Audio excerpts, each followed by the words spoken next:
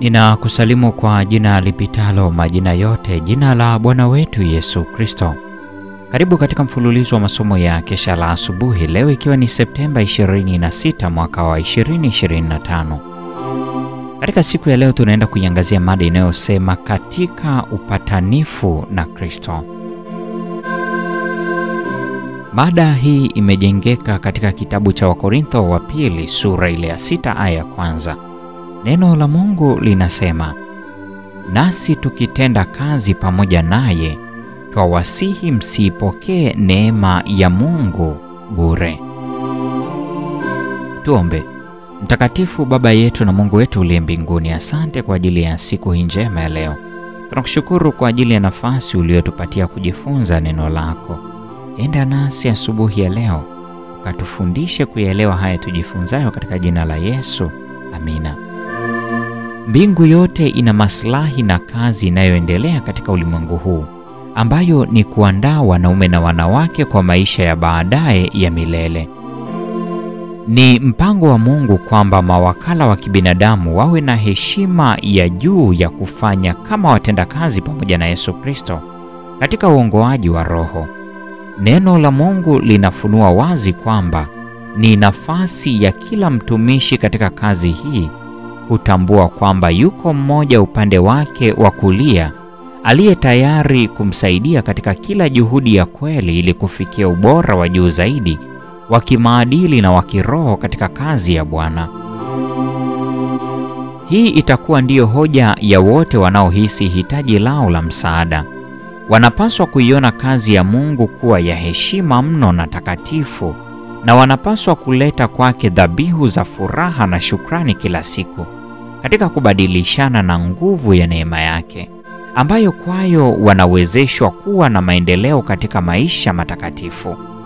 Mtendakazi anapaswa daima kuwa na mtazamo wa unyenyekevu juu yake mwenyewe, akizingatia fursa zake nyingi alizopoteza kwa kukosa bidii na tathmini ya kazi. Hapaswi kukata tamaa, bali analazimika kuendelea kuongeza juhudi zake ili kuukomboa wakati. Sio lazima kwamba mtu awaye yote lazima akubali kushindwa na majaribu ya Shetani na hivyo kuharibu dhamira yake na kumzonisha Roho Mtakatifu. Kila baraka imetolewa katika neno la Mungu, ambapo wote wanaweza kupata msaada wa Mungu katika jitihada zao ili kushinda. Ikiwa wanamtanguliza Yesu mbele yao, watabadilishwa na kufanana naye.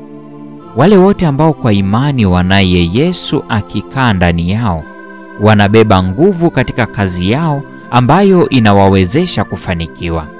Wataendelea kuwa na ufanisi zaidi na zaidi katika kazi yao, na baraka ya Mungu inayoonyeshwa katika ustawi wa kazi itashuhudia kwamba wao kwa kweli ni watendakazi pamoja na Kristo. Lakini vyovyote vile mtu anavyozidi kukua katika maisha ya kiroho, kamwe hawezi kufikia mahali ambapo hatahitaji kuchunguza maandiko kwa bidii, kwa maana ndani yake kunapatikana ushahidi wa imani yetu. Kila eneo la mafundisho, hata kama yakiwa yamekubaliwa kuwa ukweli, yanapaswa kupimwa kwa sheria na ushuhuda. Ikiwa hayawezi kukubaliana na kipimo hicho, hakuna nuru ndani yake. Mpango mkuu wa ukombozi kama unavyofunuliwa katika kazi ya mwisho kwa siku hizi za mwisho inapaswa kuchunguzwa kwa umakini mkubwa. Matukio yanayohusiana na patakatifu pa mbinguni yanapaswa kuwa na mguso mkubwa sana kwenye akili na mioyo ya wote ili waweze kuwavutia wengine. Wote wanapaswa kuwa na uelewa zaidi kuhusiana na kazi ya upatanisho ambayo inaendelea katika patakatifu pa mbinguni. Ukweli huu mkuu utakapotambuliwa na kueleweka, wale ambao wanaoshikilia watafanya kazi kwa mapatano na Yesu ili kuwaandaa watu kusimama katika siku kuu ya Mungu, na juhudi zao zitafanikiwa. Testimonies for the Church, gombo la 5, ukurasa 573 hadi 575. Leo ni Septemba 26, mada ikisema katika upatanifu na Kristo. Na kwa nukta hiyo ndio tunakuwa tumefikia tamati ya tafakari ya somo hili siku ya leo. Neema ya Bwana wetu Yesu Kristo, pendo la Mungu na ushirika wa Roho Mtakatifu dumu kuwa nasi sasa na hata milele. Endelea kutafakari somo hili huku ukisikiliza wimbo huu mzuri, Nizidishie wema wako. Nizidishie wema wako Bwana, nafsi yangu imeshiba. Rohoni mwangu nawaza mema, lakini mwili mdhaifu. Mapito yangu maovu na kuomba uyafumbie macho. Nizidishie wema wako, nihesabiwe haki. Nizidishie wema wako Bwana, nafsi yangu imeshiba. Rohoni mwangu nawaza mema, lakini mwili mdhaifu. Mapito yangu maovu na kuomba uyafumbie macho. Nizidishie wema wako, nihesabiwe haki. Kama wewe umenipeleleza na kuhesabu kila hatua yangu, utanikuta nimeshindwa. Wema wako Bwana unikinge nisihukumiwe. Kama wewe umenipeleleza na kuhesabu kila hatua yangu, utanikuta nimeshindwa.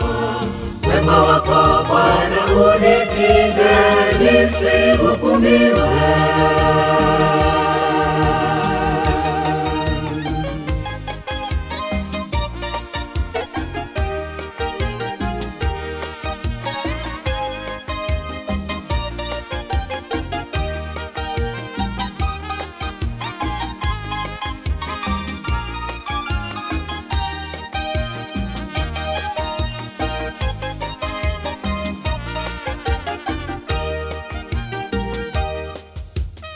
Ninakupenda zaidi ya vyote, lakini mwili mnyonge. Usinichoke ninapojikwa, neema yako zidishe. Matendo yangu kamwe hayatanifanya nihesabiwe haki. Neema yako inaweza kunifanya nifae. Ninakupenda zaidi ya vyote, lakini mwili mnyonge. Usinichoke ninapojikwa, neema yako zidishe. Matendo yangu yatanifanya nihesabiwe haki. Neema yako inaweza kunifanya nifae. Kama wewe ungenipeleleza na kuhesabu kila hatua yangu, utanikuta nimeshindwa. Wema wako Bwana unikinge nisihukumiwe. Kama wewe ungenipeleleza na kuhesabu kila hatua yangu, utanikuta nimeshindwa. Wema wako Bwana unikinge nisihukumiwe.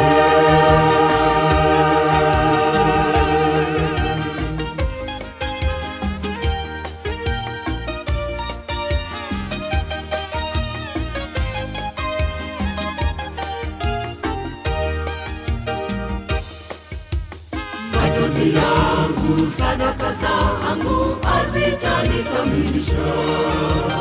Wewe uliye mwokozi wangu, unitetee nisishinde. Mapambano kama yangu uliyaonya, lakini ulishinda.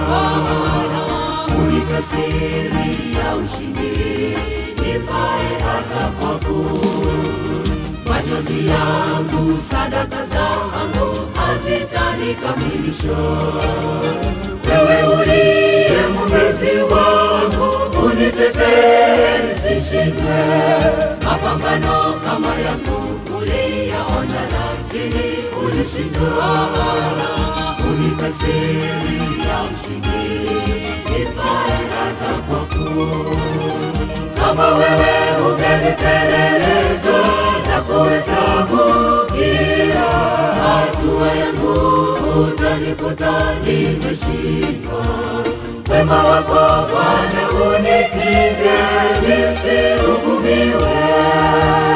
Kama wewe ungenipeleleza na kuhesabu kila hatua yangu, utanikuta nimeshindwa. Wema wako Bwana unikinge nisihukumiwe.